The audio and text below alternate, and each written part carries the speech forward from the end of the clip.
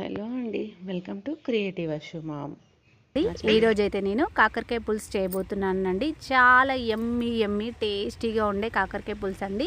ముందుగా కాకరకాయలను ఇలా రౌండ్గా సన్నగా కట్ చేసి పెట్టుకోవాలండి. నేనైతే కట్ చేసుకొని ఒక 15-20 మినిట్స్ సాల్ట్ వేసి కొద్దిగా పసుపు అనేది వేసి నేను నానబెట్టుకున్నానండి. తర్వాత ఇదిగో బయటికి తీసి ఇలా పక్కకు పెట్టేశానండి. ఒక ఆనియన్ కూడా కట్ చేశాను. కొద్దిగా కరివేపాకండి, ఎక్కువ లేదు. సో చింతపండు కూడా నేను నానబెట్టి పెట్టుకున్నానండి. ఇందులో ఒక గిన్నె పెట్టుకొని దీనికి సరిపడా ఆయిల్ వేసుకొని ఆయిల్ వేడైన తర్వాత ఆవాలు జీలకర్ర కూడా వేసుకున్నానండి. ఇది వేగాక ఆనియన్ వేసుకున్నాను. ఆనియన్ వేగాక నేను కరివేపాకు కూడా వేసుకున్నానండి. కొంచెం స్కిప్ అయిందండి. కర్రీ మొత్తం అయిన తర్వాత నేను కారపొడి వేద్దాం అనుకున్నానండి. బై మిస్టేక్లో నేను మళ్ళీ పచ్చిమిర్చి వేయాల్సి వచ్చింది. మళ్ళీ వేరే గిన్నె పెట్టి ఆయిల్ వేసి పచ్చిమిర్చి కూడా వేయించుకున్న తర్వాత నేను ఇందులో యాడ్ చేశానండి. ఇప్పుడైతే నేను ఆనియన్ కరివేపాకు వేసి బాగా ఫ్రై అయిన తర్వాత నేను ఇందులో పసుపు అనేది వేసుకున్నానండి. కాకరకాయ పులుసు మాత్రం చాలా టేస్టీ యమ్మీగా ఉంటుందండి. కాకపోతే చిక్కగా ఉండాలండి పులుసు అనేది. నేను దీనికోసం అని చప్పటి పప్పు కూడా చేశానండి. నాకు కాకరకాయ పులుసు అంటే చాలా ఇష్టం అండి. నేను చేసే టేస్ట్ వేరే లెవెల్లో ఉంటుందండి. నాకు అనిపిస్తుంది, ఎవరిది వాళ్ళకి నచ్చుతుంది కదండి. సో నాది నాకు నచ్చుతుందండి. దీనికోసం నేను కొద్దిగా శనగపప్పు అయితే యాడ్ చేస్తున్నానండి. తినేటప్పుడు మధ్య మధ్యలో వస్తే బాగుంటుంది. శనగపప్పు నానబెట్టాల్సిన అవసరం లేదండి, ఎందుకంటే ఇది మసిలేటప్పుడే మనకి కొద్దిగా ఉడుకుతుంది కాబట్టి. ఇందులో పల్లీలు కూడా వేసుకోవచ్చండి. మధ్యన పల్లీలు ఎక్కువ అవుతున్నాయని నేనే స్కిప్ చేశానండి చట్నీలకి దానికి దీనికి. సో ఇదంతా వేగిన తర్వాత మనం ముందుగా కట్ చేసి ఉప్పులో కడిగి అన్నీ పెట్టుకున్న కాకరకాయ ముక్కల్ని ఇందులో అయితే నేను వేసానండి.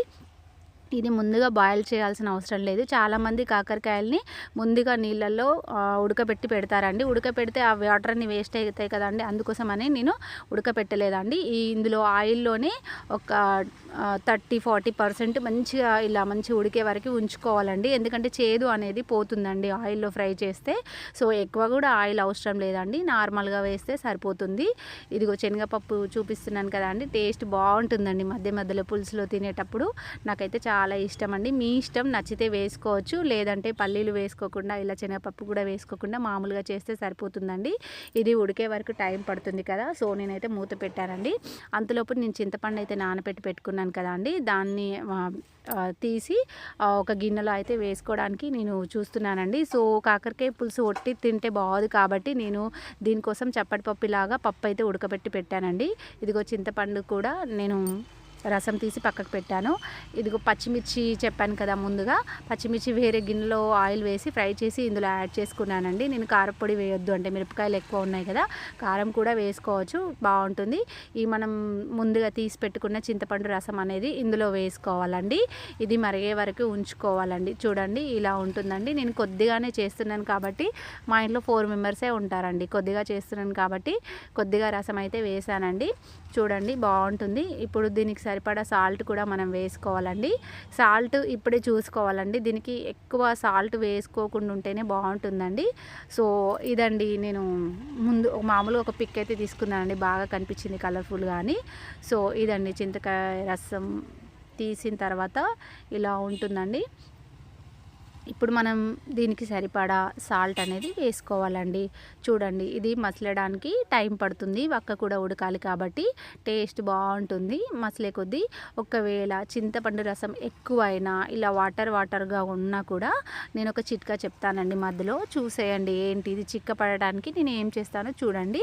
నేను కావలసుకొని నేను వాటర్ ఎక్కువ వేసానండి, అది కలిపి వేసుకోవాలి చిక్కబడడానికి. ఇందులో నేను కొద్దిగా షుగర్ కానీ బెల్లం కానీ వేస్తానండి. టేస్ట్ అయితే చాలా బాగుంటుంది. ఎందుకో నాకు కాకరకాయ చేదు అనిపించలేదండి, అందుకోసమని నేను బెల్లం కానీ షుగర్ కానీ యాడ్ చేయలేదు. ఒకవేళ కావాలంటే వేసుకోవచ్చు, టేస్ట్ ఇంకా బాగుంటుంది. ఇదిగో అది చిక్కబడటానికి కొద్దిగా మనం బియ్యపిండి తీసుకొని వాటర్ వేసుకొని కలపాలండి, చిక్కగా కలుపుకోవాలి. వాటర్ ఇందులో ఎక్కువ వేయొద్దండి, ఇలా కొద్దిగా వాటర్ వేసి మనం మంచిగా కలుపుకోవాలండి. ఇలా చిక్కగా కలుపుకోవాలండి. ఇదిగో ఇలా చిక్కగా కలుపుకున్న తర్వాత ఇది మనం ఒకవేళ వాటర్ అనేది ఎక్కువ అనిపిస్తే ఈ పిండి కలుపుకున్న వాటర్ని మొత్తం పులుసులో అనేది వేసేయాలండి. కలుపుకుంటూ ఉండాలి మధ్య మధ్యలో. ఒక 5 మినిట్స్కి ఇది ఆటోమేటిక్గా చిక్కబడుతుందండి. చిక్కబడితే టేస్ట్ అనేది బాగుంటుంది. చారు చారు లాగా ఉండాలంటే వేసుకోవాల్సిన అవసరం లేదు. నాకు చిక్కగా ఇష్టం కాబట్టి నేను ఇలా వేసానండి. చూడండి ఇలా కొద్ది కొద్దిగా చిక్కబడుతూ ఉంటుందండి. లాస్ట్ వరకు ఇలా కలుపుతూ ఉండాలండి. ఇప్పుడు మనం సాల్ట్ అది ఇది చూసుకోవాలండి. టేస్ట్ అయితే చాలా బాగుంటుంది. ఇది ఆల్రెడీ చిక్కబడిపోయిందండి. చూడండి ఎలా ఉందో. సో నేను ఈరోజైతే మా లంచ్లోకి కాకరకాయ పులుసు చప్పటి పప్పు చేశానండి. ఎందుకంటే నిన్నటిది బీరకాయ పచ్చడి ఉంది.